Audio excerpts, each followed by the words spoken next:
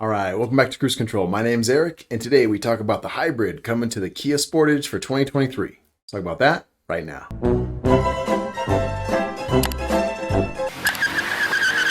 All right, so this hybrid is supposed to get up to 39 miles per gallon, which is fantastic. It's going to come with a really small little engine, 44 kilowatt electric motor, and a small battery pack 1.49 kilowatt hours. However, it does come with a 1.6 liter turbo, so combined output is really big. 226 horsepower, 258 foot-pounds of torque, starting at $30,000 and can tow 2,000 pounds. Hybrids mainly can't tow that much, so for this to be able to do that is pretty impressive. The looks are subjective. I know people like what they like. The front end, I'm not a fan. I don't know what they were thinking on the front end. The side, the rear looks fine. Interior looks great. So yeah, not bad. If you can get over that front end, not a bad deal. So what do you guys think? Is this something that's going to be on your next shopping list?